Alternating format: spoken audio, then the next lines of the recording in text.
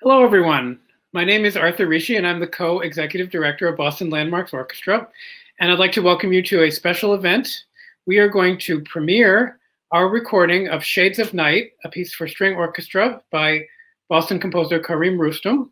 And joining me to talk about the piece and to talk to Kareem is our music director, Christopher Wilkins. Chris, how are you today? Hi, Arthur. I'm great. Good to be with you. So last summer, as many people will remember, we did a number of live stream concerts from Futura Studios in Roslindale. It was our home away from home last year.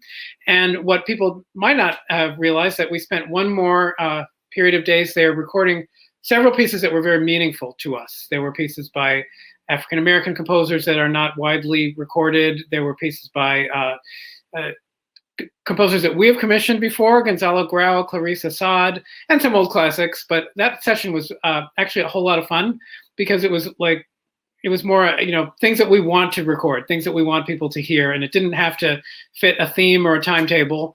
And one of the pieces that we were most honored to record was by Kareem Roustom. And I'm going to welcome Kareem to join us right now.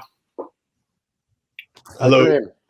Welcome. Hello, Chris. Hello, Arthur. And you're no stranger to Boston Landmarks Orchestra's audiences. We've worked with you on a couple pieces before, a commission of Armenian dances that we performed with the Sayat Nova troupe, and then an orchestration of your Aleppo songs, which I know get a lot of play. They're wonderful pieces. I know have been played in the original piano version and orchestra version. And this is also not the first conversation you've had with us. I remember very well at my predecessor's house, Joe Francis Meyer, you coming over and speaking to a number of our guests about your work. And it's always a pleasure to see you. So welcome. It's great to be here. Thank you. It's great to have you, Kareem. I would like to begin by just thinking about your place in this vast world of music. And it's hard for even me, we've known each other now for several years, to quite get a handle on it. You've been nominated for a film score that you've composed. You've composed for Beyonce and Shakira. You've written for orchestras all over the world. You've composed music for folk ensembles that involve folk ensembles and choruses. I know that you're an oud player, which is a plucked string instrument. So your interests in music and your accomplishments in music are so vast. I wonder if those accrued gradually. Did you start with the oud and gradually pick up these other skills, or have you just been interested in everything your whole life and just kind of all at once expanded? Well, it's a long road that you're describing, and no, it definitely didn't happen all at once. I suppose when I first moved to the U.S. from Syria, that's when I really became interested in music, and my first entryway into music was a guitar I had discovered at a friend's house, actually back in Damascus on a visit back home. And I didn't know what it was. And I immediately, for whatever reason, I was just drawn to it. And from there, the guitar led me to a lot of different places. Early on, I was very interested in jazz.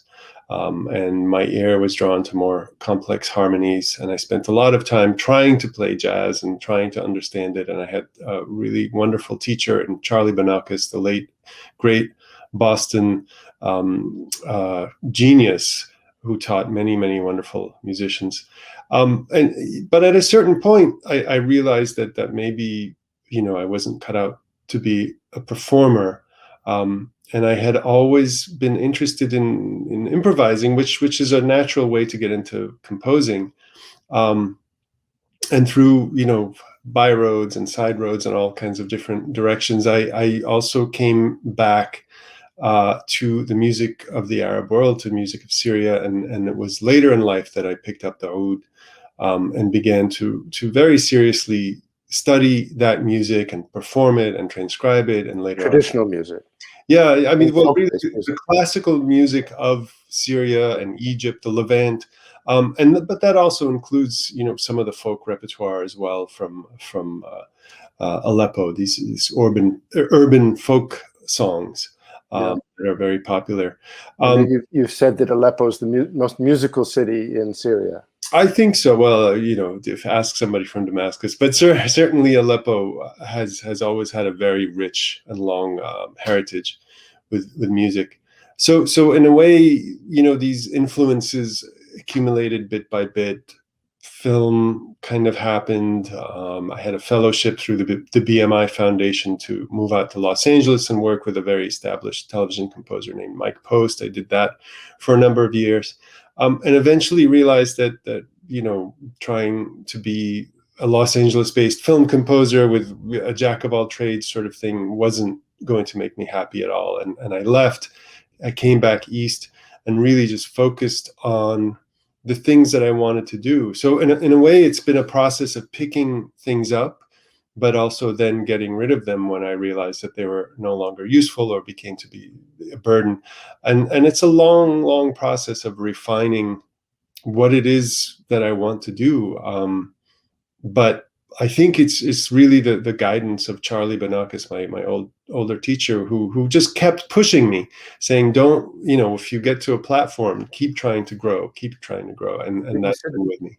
You have developed an ear for jazz. I think you have a remarkable ear for the orchestra, and that's something that I don't quite know how that evolves. Of course, one can study orchestration, and part of it, I think, is loving the orchestra and learning from the great composers how they manage to get colors out of the orchestra. But I also think to some extent it is a God-given talent. And I think that your writing for orchestra is not only incredibly inventive, but it ends up sounding right. It ends up sounding natural. And given that you're trained as an oud player and we're interested in jazz, it leads me to ask, where did that come from? Well, I think I thank you for saying that. First of all, I think I have to admit, and a little chagrined about this, I'm not trained in anything. I'm self-taught in just about everything. There were some key teachers who guided me in certain directions, but orchestration, composition, playing oud, all of these things I had to do on my own. Things came later in life, so I had a lot of catching up to do. I think where it comes from as far as the orchestra is when I first started hearing it, I just fell in love with the orchestra. And I think, and this is an advice I've started giving to young composer students, and saying that if you want to compose for the orchestra, it's something you have to decide that you really want to do from day one. And then it almost becomes like a sort of way of living, in that everything you write, even if it's for piano, that it feels like it wants to burst out of the seams of that piano writing and wants to be, heard through a much larger medium. So I think for me, that's what I want to do. It's been years of trying to get there. And I think that maybe at a certain point, somebody took a chance and looked at a score and said, okay, I think this person can manage it, and then it's a process of making mistakes and learning from them. And learning from the players, right? Which I know you do. We had that very humorous exchange around trying to imitate the sound of an Armenian folk instrument by cutting a hole in the mute of a trumpet and putting a kazoo in it. And you had an exchange with Dana Oakes, our principal trumpeter. And I mean, that was just great. But I can see in your writing and the precision with which you do it, that you really do understand how that instrument works and how you can affect the sound. So then, after we had commissioned you to orchestrate the Armenian dances, which were so brilliant, we turned to the Aleppo songs. Right. And you took as your inspiration certain songs from that region. And I asked you about your really vivid orchestration, which I found by itself almost a kind of compositional achievement, just what you were doing with the orchestra, aside from the melodies and rhythms that you were working with. And I thought maybe those had inspiration also in folk instruments. And you said, no, not really at all. The inspiration from that comes from my reaction to the lyrics and to what I'm trying to say. And so this is now getting deep into the imaginative powers of a composer. How wonderful to have a 60, 70, 80 piece orchestra to draw from. But many composers don't know what to do with that. Here you are teaching at Tufts, and probably trying to convey what you've learned now to people who are getting started and thinking about your own process? Well, I'm still learning. I'm still trying to understand how this instrument works. And there's always so much great music from the past and current, new music that's coming.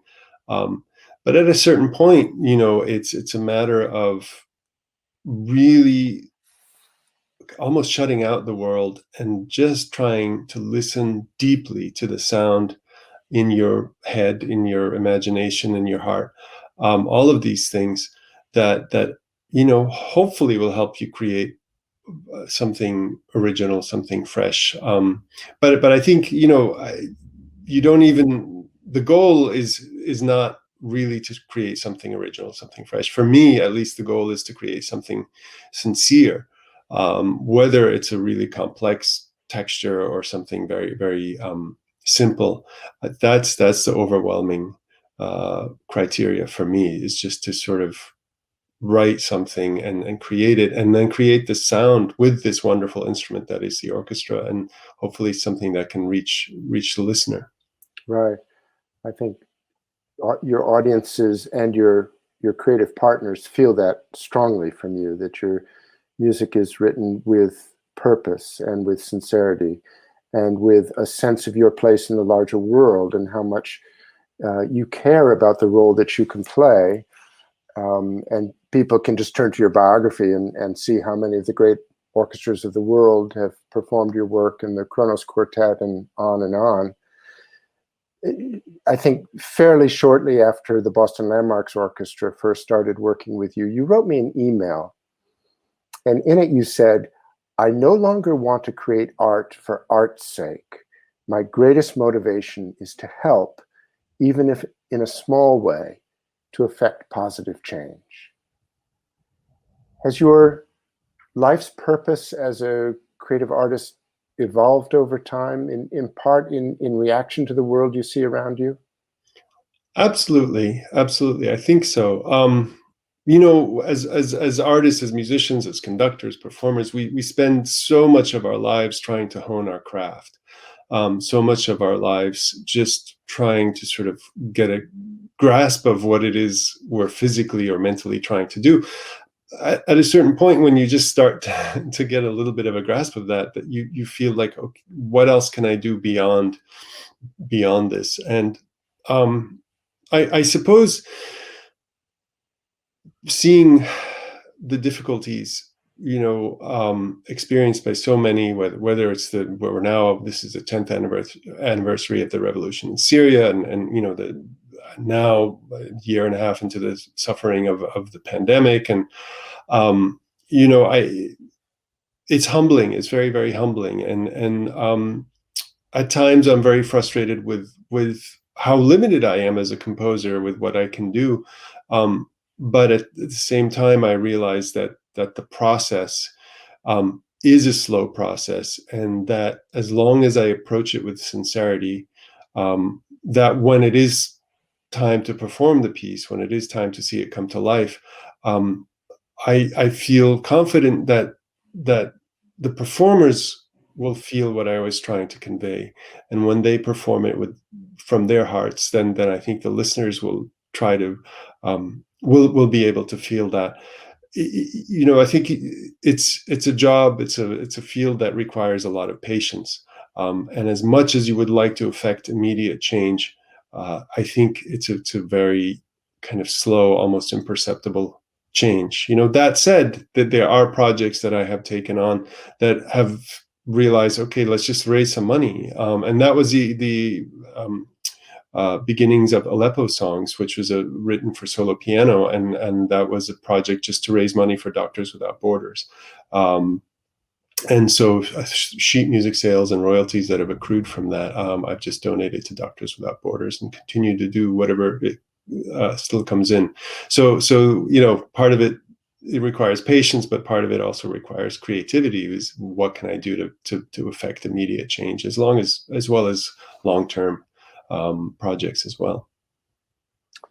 Kareem, let's talk about the Shades of Night suite, the work that you were commissioned to write for the Boston Landmarks Orchestra in this past summer season, which of course was radically altered compared to what we had originally planned.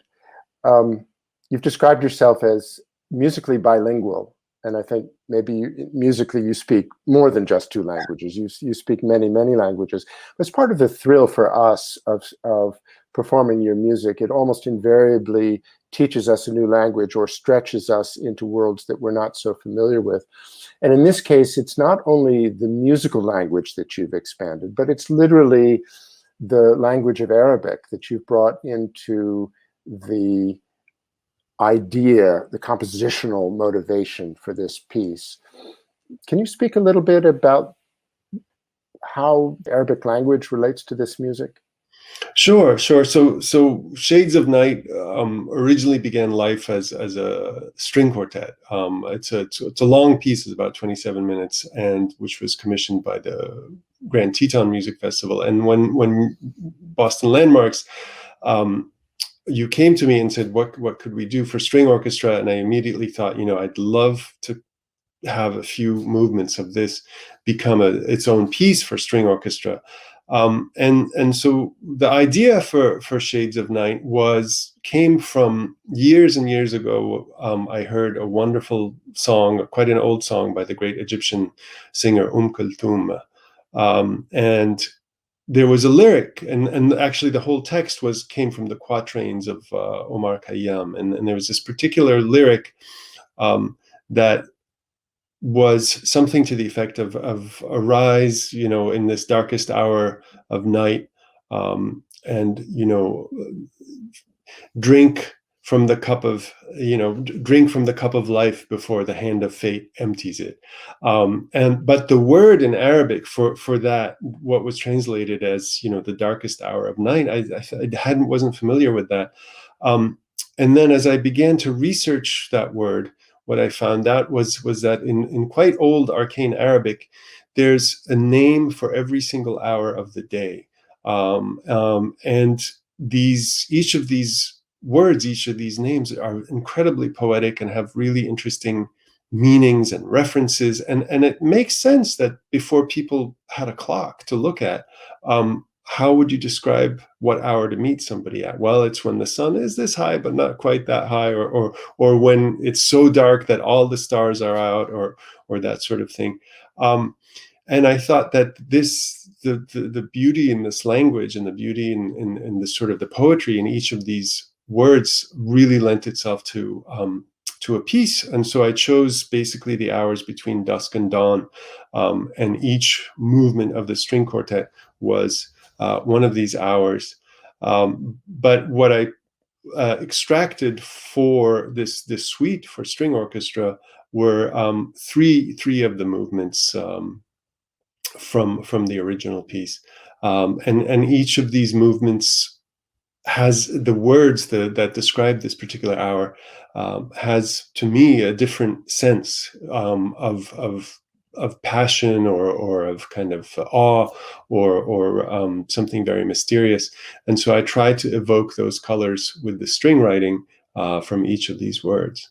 And you give the performers a little reference point to work with in terms of language, and you make a reference to Lane's lexicon. Can you tell us who Lane was and what the lexicon is? Yeah, so Edward Lane, actually, one of those books back there that you see with Arabic, belonged to my father, and it was a dictionary that, as kids we just check it, look up an Arabic word and there's the English translation, and what we didn't know back then, which when I researched this piece was this man, this Englishman, 19th century Englishman named Edward Lane, who was the first to translate, to really write an Arabic to English dictionary. And he completed most of it, but he died before he could complete it, and then his nephew completed the rest of it.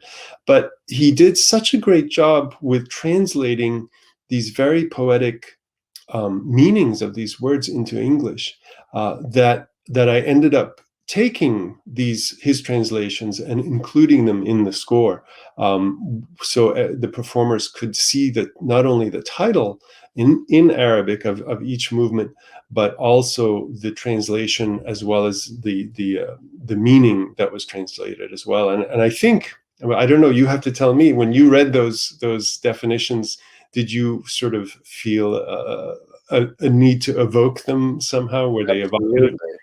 Yeah. Oh, it lent a sort of subtlety to the image and to the idea of what we were trying to get across.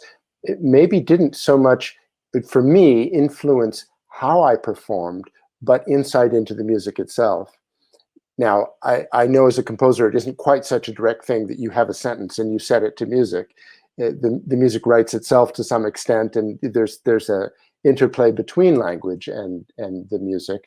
But I feel that as well, and I think supplying them is really helpful to the performer. So this was originally for string quartet. There are a lot of what we call extended techniques, so unusual ways in which cellist, for example, only half fingers the note, doesn't press the string all the way down. Lots of glissandos. I'd love it. You talk about any of those that you're interested in speaking about, the ways you created the pointillistic effect of individual stars in the middle of the three movements. And also you describe the polyrhythms, the multiple rhythms that are happening at the same time, as being a kind of analog to the time zone separation between where you are and where you're writing about. Right, exactly. Yeah. So the three movements that comprise the suite and I'll read the names in Arabic and also give you the definitions in English as well. So the first one is called al-fahma, and that's translated as like coal, the most intense blackness of the night, so called because of its heat. For the first part of the night is hotter than its last part. The second movement is called al-buhra, and that's midnight, and Lane translated that as the night reached the point when all its stars shone.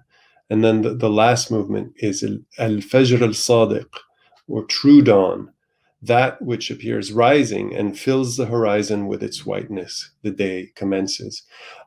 So each of these definitions gave such, for me at least, such strong indications about how I would compose each of those movements. And so al-fahma, like coal, I thought, like, how could I make the strings sound like coal? Something kind of scratchy, something, a little abrasive somehow. But also this idea of night, that we're in bed, and if it's a really hot night, maybe you're tossing and turning and not feeling so comfortable. So this particular movement is very fast and just kind of very unsettled in many ways. And so I had this idea of well, what if there's, the string is not quite fingered all the way, and then it is fingered? Could I do something rhythmic with that, going in between these two colors? But once we get to the middle section of this movement, which is quite long, it all of a sudden becomes very dreamlike, and this moment. And I think I wrote for the cello solo as if between sleep and wakefulness. So it's this feeling of being in and out of a dream, not sure if you're actually awake or still dreaming. So in a way, this is also probably just what my nights can be like with this tossing and turning. So this is just kind of autobiographical. And then al-buhra is this idea of when the stars are all out. I think it's when we live close to a city, it's hard to really see all the stars. But when you do have the opportunity and you just look up, and it's just this, to me, this profound wonder of everything, and so I tried to capture that sense of awe, that stillness, using harmonics in the strings, just very high colors, these tones that slide and melt in and out of each other, almost like this light that's coming at you from a star that maybe is long extinct at this point. And then the final movement, al-fajr al-sadiq, this true dawn, I tried to give this sense of a slowly rising sun. this movement is more different because than the previous ones, because it relies less on extended techniques, but it's more about this very long melody that just continues until the very, very end of the piece. I know you wrote this. You wrote it for the Grand Tetons Music Festival. Is that right? That's correct. In 2017 or 2018? It was premiered in July of 2018. Yes. 2018. And so, of course, you had no idea at the time of the tragedy that we would be living through in this past year. But for us now, it's impossible not to think of emerging from the darkness as being part of our experience, the Landmarks Orchestra's experience of this music, because we were right at the almost the midpoint of the impact of the pandemic when we were playing this. And it just prompted me to wonder, aside from the poetic image of night, just the human experience of night and how that might have affected how you write, because you don't shy away from the tragedy that's taken place in your own country, or issues of global warming or human loss in your writing. Was there any sense in which that played a role in your idea of wanting to write about nighttime? Yes, I think so. I mean, obviously I chose this journey through night as opposed to journey through day, but maybe someday that'll be a piece. But the thing about the journey through the day is it ends with the night. And I suppose I was trying to be optimistic that a journey through the night ends with the rising sun and the promise of a new day. I mean, these things definitely play into it. They influence. I mean, you just can't help but feel for people suffering and the difficulties we're in and the stress of all of these things. They just come into your life, and I suppose the way I process them is by putting it into music in some ways. So we're, composers were part of this world as well. We loved taking this music on. It's virtuosic writing. It's very demanding writing. I think particularly in its orchestral version, there are aspects of coordinating it that are different from a quartet, but we really welcomed the challenge. And we performed this for video, for exactly the circumstance that we're setting up right now, in the Futura Productions studios in Roslindale. And no sooner had we set foot in there than John, who helped us beautifully with the production, related that you already had a very important personal connection to Futura Productions. That's right. That facility. I've been going to Futura, oh my God, for I guess 21 years now. And I at a recording session in the summer of 2001, one of the musicians was a viola player who I went out on a date with and really connected with, and we've been married since 2005. So for me, Futura very much feels like home. It's a very familiar and comfortable place to be and work. Well, in honor of the 20th anniversary of your meeting your wife. That's a great story, Kareem, and John Weston related that to me. And I also want to let the listeners know some about how we recorded this, because it is a challenging piece, and some of the directions for extended technique are not immediately clear to someone who doesn't play this style of music. And we had the experience of you were following the recording and the rehearsals online from somewhere safe out of the pandemic. We were all there. It was a very controlled situation with all kinds of precautions and masks. But John was able to patch you in so you could hear the rehearsals, and Chris could ask a question. Is that the tempo you wanted? Or a string player could raise their hand. What do you mean by half fingering on that note? So there were actually some advantages to doing things remotely, because we had access to your wisdom throughout the entire process, which was kind of cool. That's right. I remember that. Yeah, John had set it up, so it worked very, very smoothly. Yep.